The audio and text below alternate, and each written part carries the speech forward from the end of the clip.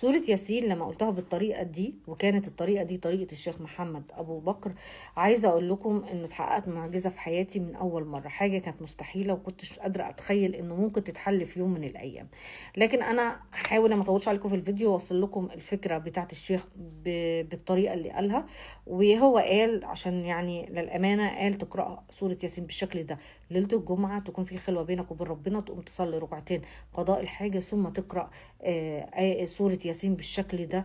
طبعا ربنا عالم اللي في قلبك، وعالم انت ايه عايز، وربنا عالم كل شيء في قلبك. نفسك في خلفة، نفسك في ذرية، نفسك في فلوس، نفسك في سحرك يتفك، نفسك عين تتشال عنك، نفسك انه ربنا يقضي حاجتك، ايا كانت هي ايه.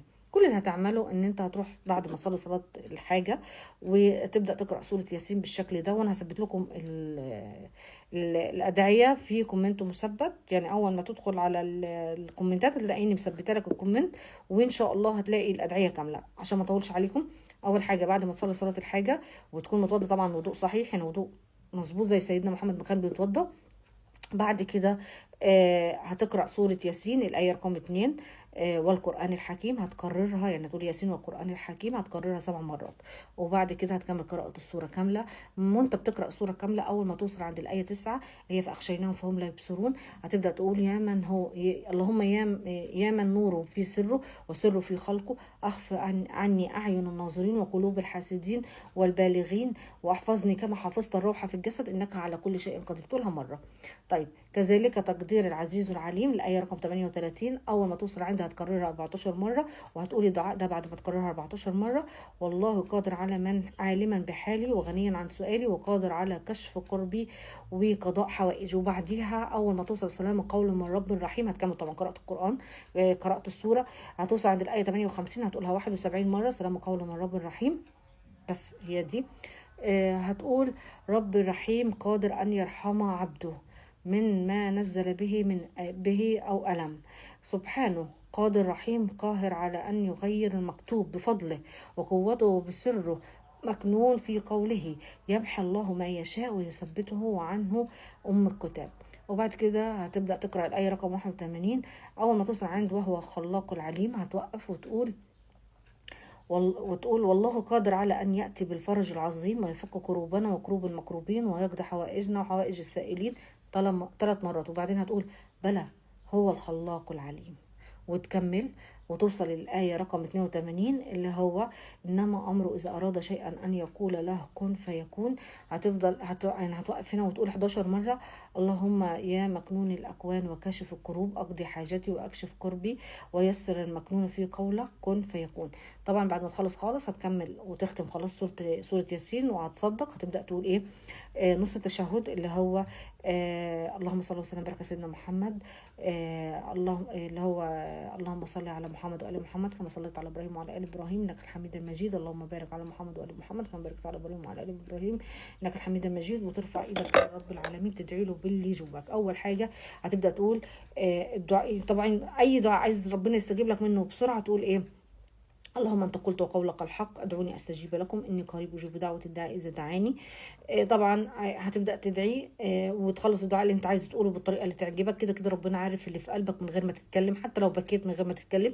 بعد ما تخلص هتقول له ايه؟ اللهم دعوتك كما امرتني فاستجيب كما وعدتني. طبعا ربنا قال لك استجيب، ما قالكش يمكن استجيب، ما قالكش يمكن كذا، هو وعدك بالاستجابه، فهذا وعد من عند ربنا والوعد اكيد هيستجيب فيه. فربنا يحقق لكم ما تتمنوا. لكن هرجع واقول لك الدل على الخير كفاعله. وربنا يبارك للشيخ انه ما بخلش علينا بالطريقه دي. ناس كتير جدا قالوا اقراوا سوره ياسين بس ما قالولناش الطريقه الصح. وان شاء الله باذن الله تعالى ربنا يقدر لكم حوائجكم. وانا فرحانه جدا ان ربنا قضى حاجه ليا من حاجات كنت بتمناها. بس انا كمان عايزاكم تلتزموا بسوره ياسين كل يوم بالطريقه دي بعد صلاه الفجر، ويوم الخميس تعيدوها تاني بعد المغرب يعني ليله الجمعه. وان شاء الله ربنا يحقق لكم كل اللي تتمنوه. وطبعا في ايات تانية، قصدي صور تانية لازم تلتزموا فيها انكم تقرأوها يوميا، زي سورة الواقعة بعد الظهر، دي هتجيب لك رزق وبركة وفلوس وحاجات. يعني عايزة اقول لك يعني خير مش هتشوف بعد كده، يعني خير بعد كده مفيش من بعدي. وبعد العصر انا عايزاكم تقراوا سوره الرحمن، ان ربنا يعني لما تقرا سوره الرحمن لو انت ضعيف او بتخاف من شيء، ربنا بيرحم ضعفك وبيقويك وبيديك كده طمأنينة ان انت ان انت يعني تحس انه في امان وفي طمأنينة في قلبك. غير انه سورة الرحمن اصلا برضو بتيسر الجواز وبترزق، بيبعت ربنا رزق وبركة بفضل هذه السورة. وطبعا عايزاك تقرأ سورة الدخان بعد المغرب وتستغفر ربنا بعديها، لانه لو قرأتها بعد المغرب تخيل معايا كده انه 70 ملك بيستغفر لك. انا مش عارفه اقول لك ايه بقى، انت يعني مفوت ايه حاجات زي كده. وتقرا سوره الملك طبعا بعد العشاء. انا عايزه اقول لك انك لما تقرا سوره الملك بعد العشاء ربنا بيقيك من عذاب القبر. عايز ايه؟ مستني ايه؟ الصور كلها صغيره. يعني انا عايزه اقول لكم انه اللي ما عملش كده خسران. خير ورزق وبركه وكلام ربنا انت بلسانك بيردده. واقول لك ايه، اقول لك اجي اقرأك غصب عنك يعني لو انت مش عايز.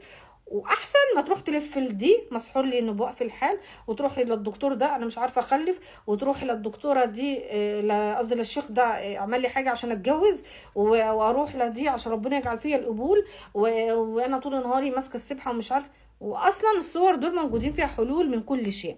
كل القرآن حلو وكل كلام ربنا حلو، بس في حاجات هنركز فيها عشان بصراحة ربنا بتطلعنا من أزمات. هرجع أقول لكم كل دعاء بتقوله بنية وبيقين وبثقة بيوصل لرب العالمين. ربنا حتى لو انت قلته مش مترتب فهمك، لو انت ما اتكلمتيش فهمك، لو انت عارف، هو عارف انت عايزة تقولي ايه.